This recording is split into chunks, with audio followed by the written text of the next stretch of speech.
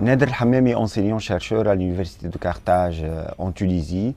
Je suis islamologue, spécialiste dans la pensée islamique médiévale essentiellement.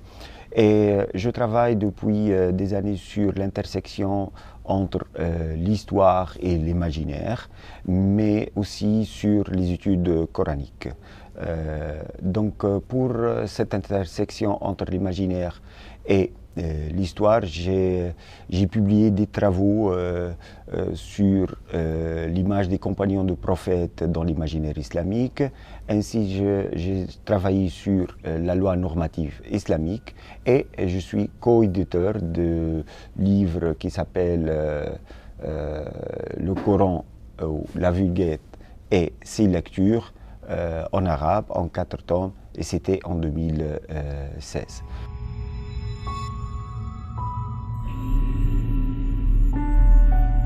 J'ai ici entre les mains un livre. Généralement, on trouve le titre là écrit comme le Coran.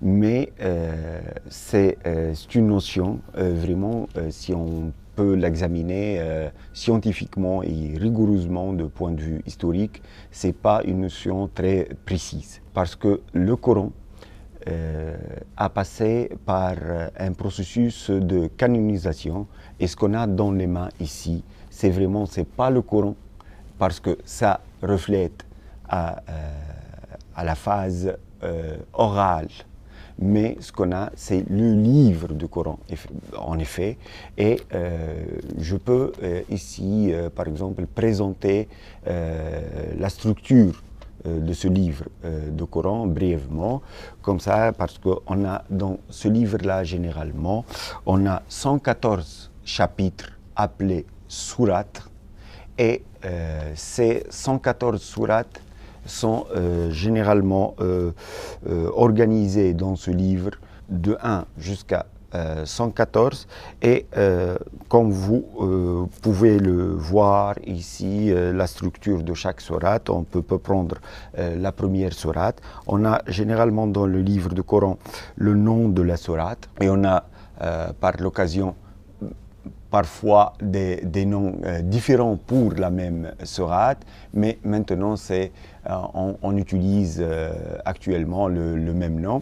Mais aussi on a chaque sourate qui commence par une certaine louange à Dieu, Bismillah ar-Rahman ar-Rahim, au nom du Dieu le plus miséricordieux, et cela est pour toutes les sourates, les 114, sauf pour la 9e sourate, on n'y a pas cette louange-là. Et on a, comme vous pouvez le détecter là, aussi le nombre de versets pour chaque sourate. On a par exemple la première sourate qui s'appelle Fatiha, la sourate de l'ouverture. On a 7 versets, et on indique aussi la période où cette sourate a été révélée, soit la période mécoise, c'est-à-dire avant 622, soit après 622, c'est la date de l'immigration de Mohammed vers Médine à partir de la Mecque. Et cette période-là, après 622, s'appelle la période médinoise, et on a comme ça une révélation mécoise et une révélation médinoise après cette immigration de Mohammed vers Médine. Dans ce livre-là, qui date de 1947, là, il arrive de la Turquie, d'Istanbul, on met des petits cercles comme ça en couleur, comme vous pouvez les voir, pour indiquer les versets. Mais dans les codex plus récents aujourd'hui, on trouve des numéros. Comme ça, c'est beaucoup plus clair, mais on a opté pour ce livre-là, vu sa beauté, comme vous voyez, parce qu'il y a toutes ces couleurs-là qu'on ne peut pas trouver dans d'autres codex, enfin.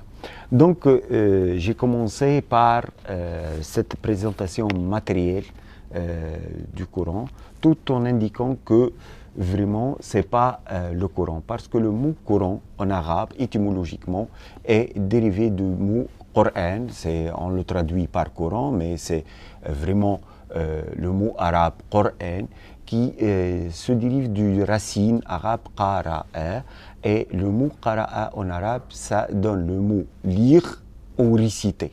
Donc ça donne à l'oral, c'est pas à l'écrit, et pour cette raison-là, il faut penser à un processus de passage de l'oral en écrit, d'où on peut parler de l'historicité du Coran qu'on a maintenant entre les mains, et on a dans la tradition islamique des narrations diverses sur ce processus-là, qui peut être un thème de recherche et de révision multiple, même de plusieurs angles de vue.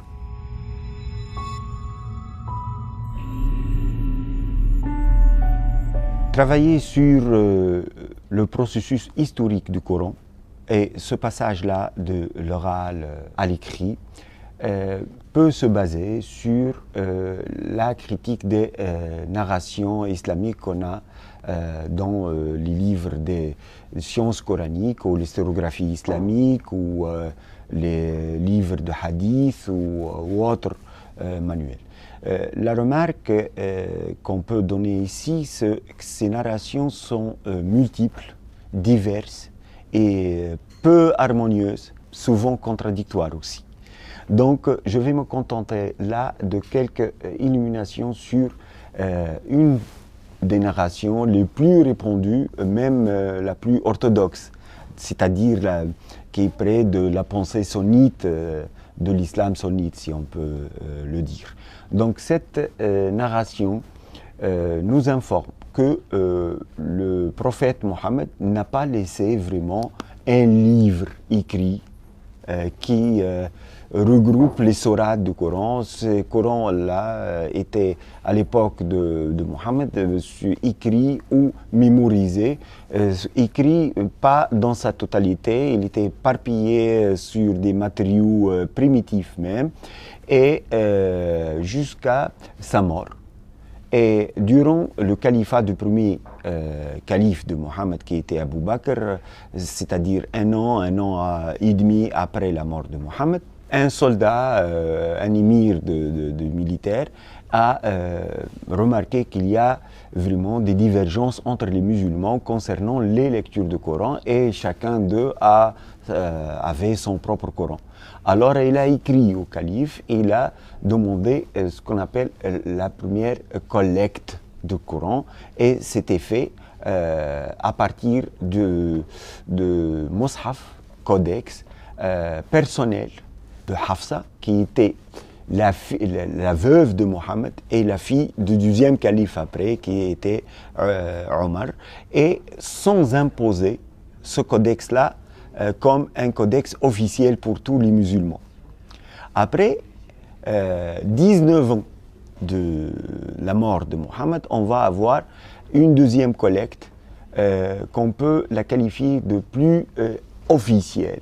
Elle était faite durant le califat du troisième calife, qui était Othman ibn Affan, mais un autre pas a été réalisé là après, chargé un compagnon du prophète qui s'appelait Zayd ibn Thabit de faire la collecte du Coran et de codifier le Coran, mais en ajoutant un autre pas crucial, c'était brûler tous les codex qui sont différents de Mus'haf, qui s'appelait dès cette époque-là le Mus'haf othmanien qu'on a aujourd'hui, mais pas vraiment dans cette version ou dans le livre-là, mais ça s'appelle le codex de Mus'haf, et qui devient le livre sacré officiel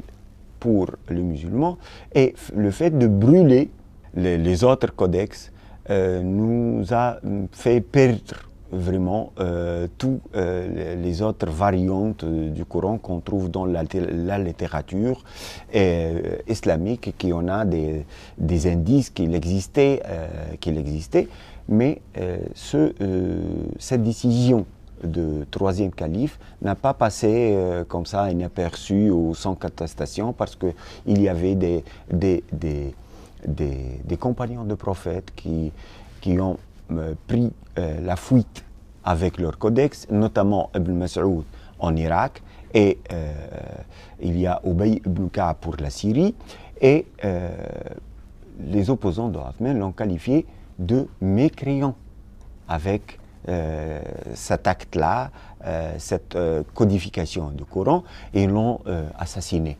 Et ça finit par l'assassinat du troisième calife, mais paradoxalement, le codex de Othman a pris son autorité rapidement dans la communauté musulmane et est devenu le livre sacré pour tous les musulmans jusqu'à nos jours. Et jusqu'à nos jours, on a ce livre-là, mais ce livre que vous voyez là est le travail fait en 1923 sous l'autorité de l'établissement religieux à l'Azhar.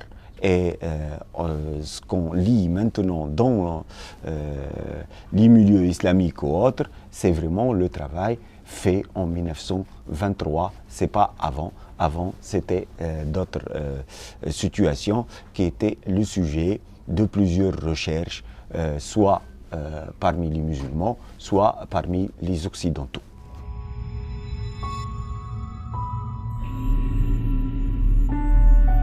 De nos jours, il y a plusieurs recherches académiques et scientifiques. Je vais me contenter de ce volet-là parce qu'il y a des travaux qui sont d'ordre apologétique, qui parlent de l'origine du Coran, comme s'il était comme ça, sans histoire, coupé de l'histoire. Et ils ont dogmatisé trois notions. Et on est là avec les musulmans croyants que révélation égale Coran, égale le codex, et ça, historiquement, c'est pas vrai. Donc, il faut faire la différence entre ces trois recherches. Mais pour la recherche académique et scientifique, on peut considérer l'an 1860 comme vraiment une année phare pour la recherche scientifique. C'est la date de l'apparition d'un livre monumental par l'allemand Theodor Nöldeke, intitulé Geschichte des Koran en allemand, c'est l'histoire du Coran, et où il a mené une recherche philologique et historique concernant l'histoire du Coran, la chronologie du Coran, l'ordre chronologique des sourates, parce que le Mus'haf qu'on a ici n'a pas gardé cet ordre chronologique et historique. Il a travaillé sur la langue du Coran aussi, d'après des manuscrits, et ce qu'il est dans les mains des travaux islamiques imprimés au milieu du XIXe siècle. Mais ce n'était qu'un point de départ pour d'autres recherches où la recherche scientifique a examiné ce qu'on peut appeler l'origine du Coran, et on a des tendances là depuis le 19e siècle, le 20e siècle. On a des chercheurs qui parlent de l'origine chrétienne du Coran, par exemple, des enseignements chrétiens qui s'infiltrent dans l'enseignement de Mohammed à travers le Coran. On a d'autres chercheurs qui parlaient les enseignements juifs et leur influence sur le Coran. On parle de la langue du Coran qui dérive de l'indien, du grec, du syriaque et tout ça. Et le Coran n'était qu'une compilation de ces enseignements. On a aussi des autres divergences dans les études coraniques qui ne cessent jusqu'à nos jours à se développer, et on parle des années 70 avec les anglo-saxons, surtout 1977 avec l'apparition du livre de John Wansbrough qui s'appelle Quranic Studies, où il veut prouver que le Coran avait un long processus qui est de 2-3 siècles même pour s'élaborer. Et on a cette tendance-là qui a des partisans comme Patricia Crone, comme Michael Cook et autres. Mais aussi, en parallèle, on a d'autres études qui parlent spécialement de la réception du Coran. On a cette tendance en Allemagne surtout, avec Angelika Neuwirth, et on commence à travailler sur les papyrus, essentiellement les papyrus de la grande mosquée de Sanaa, trouvés en 1978, et on veut trouver qu'est-ce qu'on avait avant le codex ottomanien, et on part dans la tradition allemande très avancée là, sur ce qu'on appelle en allemand le Ur-Qoran, l'avant-Coran, qu'est-ce qu'on avait à travers les manuscrits.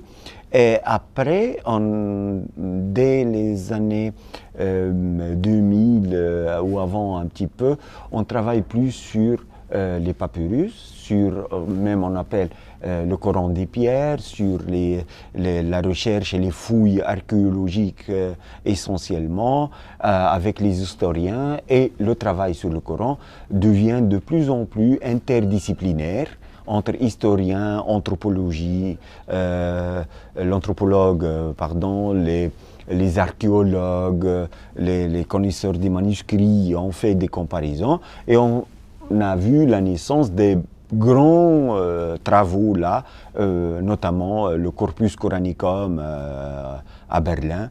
On a aussi vu l'apparition du Mus'haf et Qira'atuhu dans le monde arabe. C'est fait, le codex et ses lectures faits par les universitaires tunisiens qui ont travaillé sur la littérature pour regrouper les diverses lectures du Coran, ces diverses variantes. Et ces projets-là, et autres parmi autres, peuvent collaborer dans le futur pour avoir une meilleure vision rigoureuse et scientifique.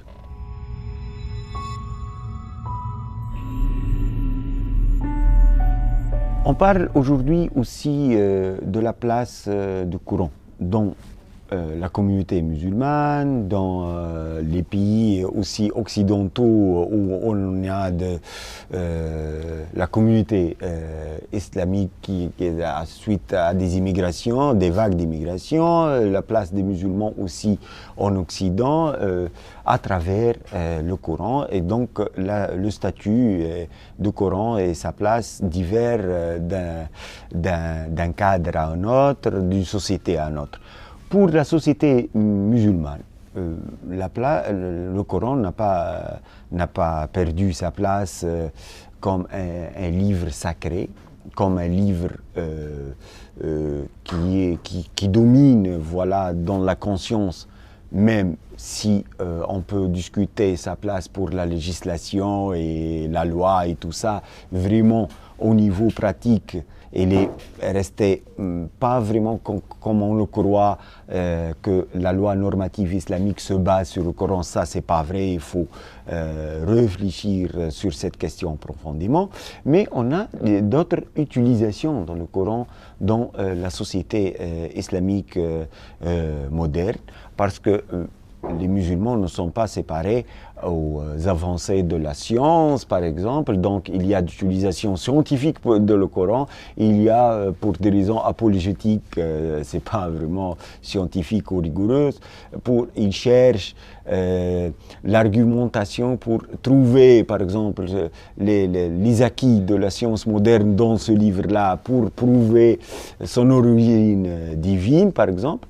On l'utilise aussi dans d'autres utilisations communes au quotidien, comme la baraka, pour faire éviter l'œil, pour guérir, même pour des raisons de médecine. On trouve des versets bien précis qu'on trouve dans les hôpitaux, les établissements publics, on les trouve dans les moyens de transport, on a la prière de voyage pour être à l'abri des malédictions et tout ça. Donc il y a plusieurs utilisations. Donc je pense qu'un travail anthropologique et social est impératif maintenant pour voir ces différentes utilisations. Il ne faut pas oublier aussi l'utilisation politique du Coran.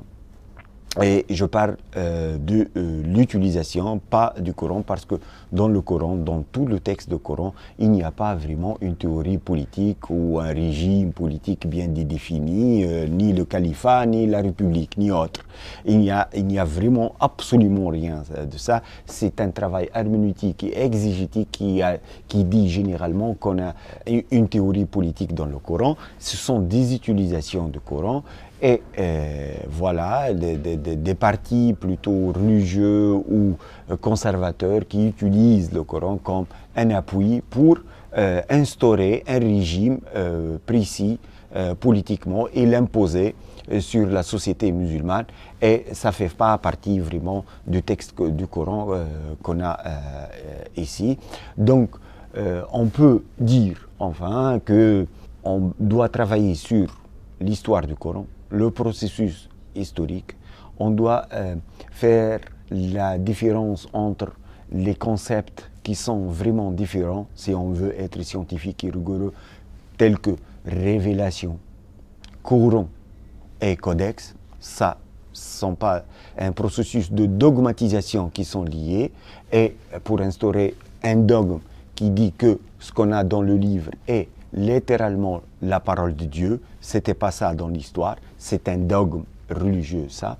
On peut travailler sur les utilisations du Coran maintenant, soit dans le monde islamique en général, qui dépassent l'aspect religieux vers des utilisations politiques ou sociales.